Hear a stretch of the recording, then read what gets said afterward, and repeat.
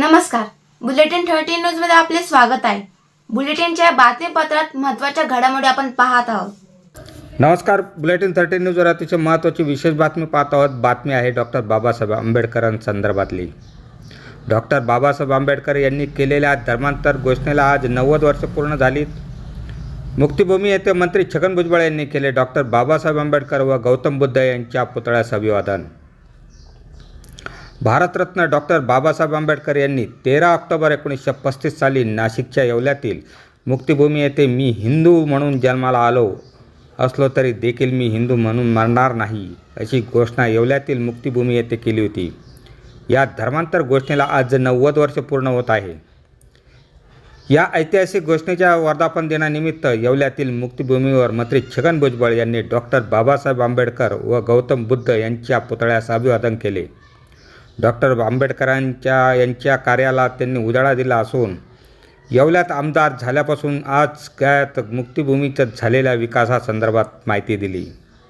Bulletin 13 न्यूजसाठी विलास कांबळे, मुक्तिभूमी, येवला. सरकारकडून 2 टप्प्यामध्ये 15 कोटी रुपये घेऊन पहिल्या टप्प्यामध्ये हा स्तूप, भगवान गौतम बुद्धाची 22 फुटाची मूर्ती, बाबासाहेब आंबेडकरांचा ब्रांच पुतळा आणि आणखीन काही कन्स्ट्रक्शन केलं. दुसरे आणखीन पैसे जेव्हा मिळाले 2-3 वर्ष, हे 14 सालीच आम्ही उद्घाटन केलं व त्याच्यानंतर परत आम्ही आल्यानंतर मग विपश्यना केंद्र, तिथे वर्ग आहे, ऑडिओ व्हिज्युअल सगळे, म्हणते लोकांसाठी, मंडळींसाठी राहण्याची व्यवस्था आहे. तिथे कार्यक्रमासाठी जे आहे एक ओपन थिएटर बनवलेलं आहे. पुस्तकांचं जे आहे दुकानं आहेत, लोकांना राहण्यासाठी व्यवस्था केलेली आहे. आणि याच वर्षी हे सगळं काम जे आहे हे आतापर्यंत आम्ही सांभाळत होतो. जवळजवळ 14ला उद्घाटन झाल्यानंतर गेली 10-12-11 वर्ष आम्ही सांभाळून त्याच्या अगोदरपासून काम सुरू केलेलं आहे. ते सगळं या वर्षी जे आहे आम्ही बार्टीच्या हवाली केलेलं आहे.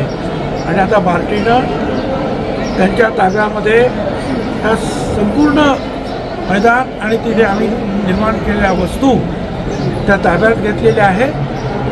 तिथली व्यवस्था, अनेक जे आमचे बौद्ध धर्मगुरू आहेत त्यांना आम्ही सांगितलं की आता तुम्ही तिथं या, तुमची राहण्याची व्यवस्था आहे. पाली भाषेचा, संस्कृत भाषेचा सगळ्याचा अभ्यास तुम्हाला करता येईल. लोकांना त्याची शिक्षासुद्धा तुम्हाला देता येईल. आणि सगळ्या व्यवस्था आता इथे आहे, पाण्यापासून सगळ्या प्रकारची व्यवस्था आहे. तर ह्याचा निश्चितपणे जे आहे हे महाराष्ट्रातलं नव्हे देशातलं एक अतिशय चांगलं असं केंद्र निर्माण झालेलं आहे. बाबासाहेबांच्या आयुष्यातल्या 3 भूमी ह्या महत्त्वाच्या आहेत. त्यातली पहिली भूमी मुक्तिभूमी, जिथे दीक्षा घेतली ती दुसरी भूमी दीक्षाभूमी, आणि तिसरी जे तिथं महापरिनिर्वाण झालं ती चैत्यभूमी.